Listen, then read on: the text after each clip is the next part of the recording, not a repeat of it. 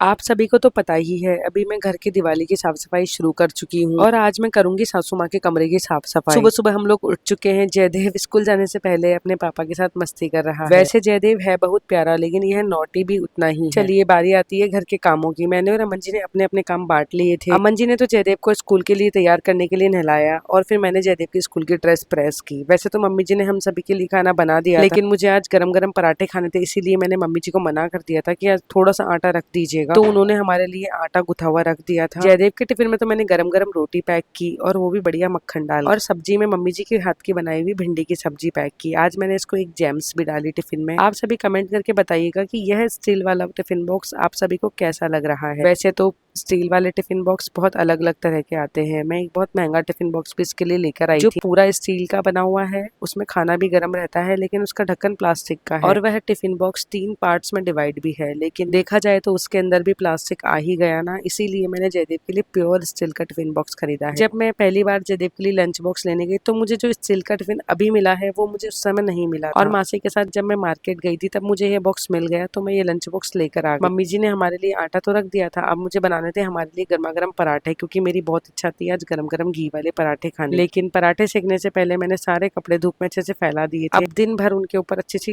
धूप लग जाएगी, जिससे उनके अंदर थोड़ी सी भी जो स्मेल रही है सीलन की वो चली जाए। दिवाली की सफाई में मैं हर साल ऐसे ही करती हूँ। जो भी कपड़े होते हैं उन सबको अच्छे से धूप देती हूँ, गद्दों को भी धूप देती हूँ। दोनों कमरों की तो मैंने अच्छे से साफ सफाई कर ली, लेकिन अभी तक गद्दों को मैंने धूप नहीं दी है। मैंने अमन जी के लिए तो मक्खन में पराठे सेके थे, लेकिन मैंने खुद के लिए प्योर देसी घी में पराठे सेके। मुझे मक्खन से ज्यादा बढ़िया लगते हैं घी वाले पराठे, और इन घी वाले पराठों के ऊपर बढ़िया सा मक्खन डालकर खाओ तो और भी लाजवाब लगते हैं। साथ में भिंडी की सब्जी हो जाए तो बात ही कुछ और ही कहनी है। घर की ताजा छाछ, वाह वाह, मजा आ गया। अमन जी को सुबह का खाना खिलाकर मैंने भी खाना खाया, और गर्मा गर्म पराठों के साथ आज भिंडी की सब्जी और साथ में छाछ, वही आनंद आ गया सच में। बहुत सारे लोगों के कमेंट्स आते हैं आपको कपड़े पहनने का बिल्कुल भी ढंग नहीं है। अरे भाई, घर में जैसे कपड़े पहनते हैं वैसे ही तो पहने जाएंगे। अब घर में हम किस तरह के कपड़े पहने, नया सूट थोड़ी ना पहन के हम घर में साफ सफाई करने बैठे। खाना खाने से पहले मैंने घर के बाकी के काम निपटाए, जैसे कि किचन की साफ सफाई करना। किचन की थोड़ी बहुत साफ सफाई करके मैंने थोड़े बहुत बर्तन भी मांजे, क्योंकि रूम की साफ सफाई छिड़ने के बाद में किचन की साफ सफाई करना बहुत ही मुश्किल हो जाता है। सही में समय ही नहीं मिलता, कब सुबह से शाम हो जाएगी आज तो पता ही नहीं चलने वाला। और जब पूरी साफ सफाई करके नहाकर सोते हैं तब थकान महसूस होती है कि हाँ आज हमने कुछ किया। किचन का काम निपटाया, किचन की दोनों स्लैब मैंने अच्छे से साफ की। अभी तक तो किचन की साफ सफाई भी बाकी है, इसीलिए ज्यादा बढ़िया तरीके से मैं किचन को नहीं धो रही, क्योंकि किचन की साफ सफाई में यह अच्छे से धुल जाएगी। यह मम्मी जी का रूम है और इस कमरे में मैंने बहुत सारे कपड़े फैला रखे थे मम्मी जी के रूम के बेड के ऊपर। कुछ कपड़े बिना प्रेस करके अलमारी में जमाने के थे, तो कुछ प्रेस के कपड़े थे, लेकिन प्रेस के कपड़े बहुत ज्यादा थे।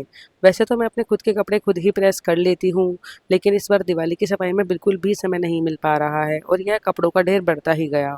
इसीलिए मैंने खुद के कपड़े भी प्रेस के लिए पोर्ट में बांध दिए, और साथ में अमन जी के कपड़े। और जयदेव के कपड़े तो वैसे भी छोटे छोटे होते हैं, तो अगर उन्हें प्रेस करने की जरूरत पड़ती है तो वो मैं घर में ही कर देती हूँ। सबसे पहले तो मैंने सारे कपड़ों के अच्छे से पोर्ट बनाई। जो कपड़े ड्राई क्लीन के थे वो अलग करे, और सारी चीजों को एक जगह करके गाड़ी में रख के ड्राई क्लीन के कपड़े ड्राई क्लीन पे डाल के, प्रेस के कपड़े प्रेस पे डाल के, और साथ में हम लोगों ने जयदेव को भी पिक किया। घर पर आकर बढ़िया देसी छाछ राबड़ी पी, क्योंकि आज गर्मी भी बहुत हो रही है। आप लोग कमेंट करके बताइएगा कि आपके साथ भी ऐसा ही हो रहा है। मुझे तो लग रहा है इस बार थोड़ी गर्मी वापस से शुरू हो गई है। थोड़ी गर्मी हो और इस मौसम में छाछ राबड़ी बहुत ही बढ़िया लगती है। चलिए शुरू करते हैं साफ सफाई। सबसे पहले मैंने कमरे के जाले झाड़े, क्योंकि ऊपर से पूरे कमरे के जाले झाड़ने के बाद में फिर मैं नीचे की साफ सफाई करती हूँ। और अगर नीचे की साफ सफाई करने के बाद में हम जाले झाड़ेंगे तो सारी जो डस्ट होती है जालों की वो सब सफाई करी हुई चीजों पर गिर जाएगी, और फिर नीचे की सफाई करने का कोई मतलब नहीं निकलेगा। इसीलिए मैं सबसे पहले ऊपर से जाले झाड़ना ही शुरू कर। जो जो सामान ढकने के थे उनको अच्छे से ढका, और फिर पूरे कमरे में अच्छे से जाले झाड़े। सफाई के दौरान मेरे कमरे की यह खिड़की और मम्मी जी के कमरे की यह खिड़की बाकी रह गई थी, तो आज अमन जी ने इनको साफ किया और मैंने कमरे के बाकी सामानों को साफ सफाई। साथ में जयदेव भी स्कूल से आ चुका था, तो वो भी हमारे साथ में लगा हुआ था। डस्ट भी उड़ रही थी, लेकिन फिर भी जयदेव नहीं मान रहा था, वो हमारे साथ ही था। काम करने के बीच में ही मेरे छोटे भाई का कॉल आ गया, तो मैं उससे बात करते करते काम कर रही थी, लेकिन मुझसे फोन पे बात करते हुए काम बिल्कुल नहीं होता है।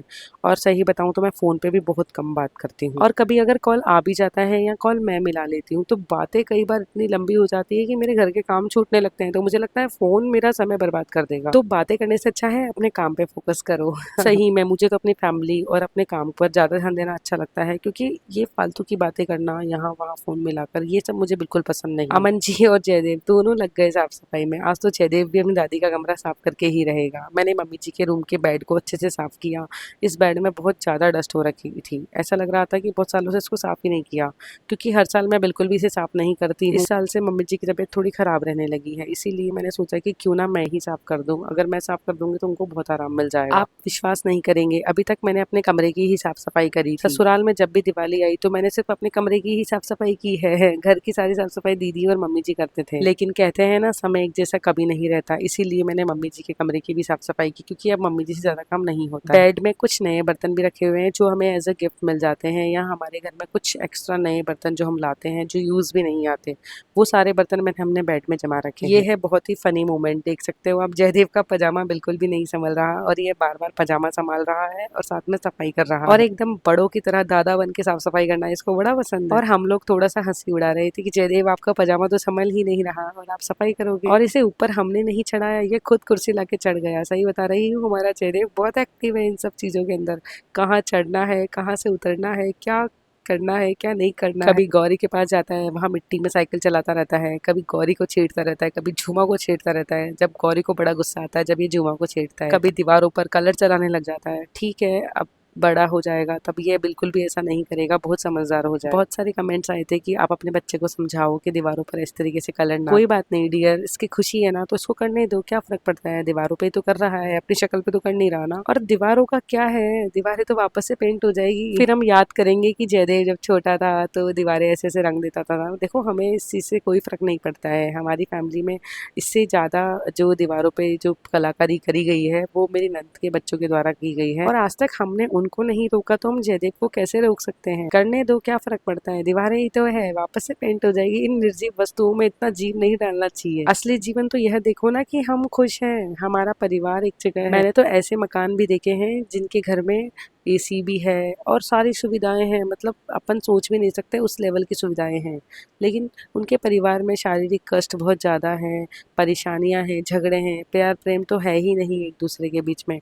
तो मुझे लगता है उससे अच्छी स्थिति में मैं हूँ। दीवारें खराब है तो क्या हुआ, हमारे मन की दीवारें तो बिल्कुल सही है ना। हमारा मन, सभी घर वालों का मन एक जगह मिलता है, यह मैटर करता है। चलिए, आज तो मम्मी जी के कमरे की साफ सफाई करने के साथ साथ मैंने कमरा भी धो दिया। इस कमरे में बेड में थोड़ा सा स्पेस है नीचे की तरफ, तो यह आराम से धुल जाता है, और अगर बेड के नीचे थोड़ा सा पानी भी चल जाता है तो उसे वाइपर से निकालना आसान हो जाता है। लेकिन यह सुविधा मेरे वाले रूम के बेड में नहीं है। हमारे घर में 2 वॉशिंग मशीन है, ये वाली वॉशिंग मशीन बिल्कुल भी काम नहीं आती, क्योंकि हम लोग एक ही वॉशिंग मशीन यूज करते हैं। और इतनी छोटी सी फैमिली में 2 वॉशिंग मशीन कैसे है वो तो आप खुद ही समझ जाएंगे शायद। मम्मी जी का रूम एकदम चकाचक हो गया है, एकदम बढ़िया साफ सुथरा। हमारे घर का मंदिर मम्मी जी वाले रूम में ही है, और उस रूम के मंदिर की मैंने साफ सफाई नहीं की, क्योंकि नवरात्रि के पहले दिन वह साफ सफाई हो जाएगी। मेरे कमरे की साफ सफाई तो वैसे हो गई थी, लेकिन कुछ चीजें अभी भी ड्यू रह गई थी, इसीलिए मैंने पूरी चीजों को अच्छे से व्यवस्थित किया, पूरे कमरे को अच्छे से डस्टिंग किया, और जो कपड़े हम लोग धूप में सुखा कर आए थे, रख के आए थे, उन सारे कपड़ों को मैं लेकर आ गई नीचे और उनको अच्छे से अरेंज करके जमा दिया अलमारी। और सबसे बड़ा सुकून है अचार के साथ रोटी खाना, बहुत अच्छा लगता है सच में। अचार और रोटी के साथ खाना खाया और फिर दूध पिया, नहाकर सो गई थी। कल मिलती हूँ, बाय बाय।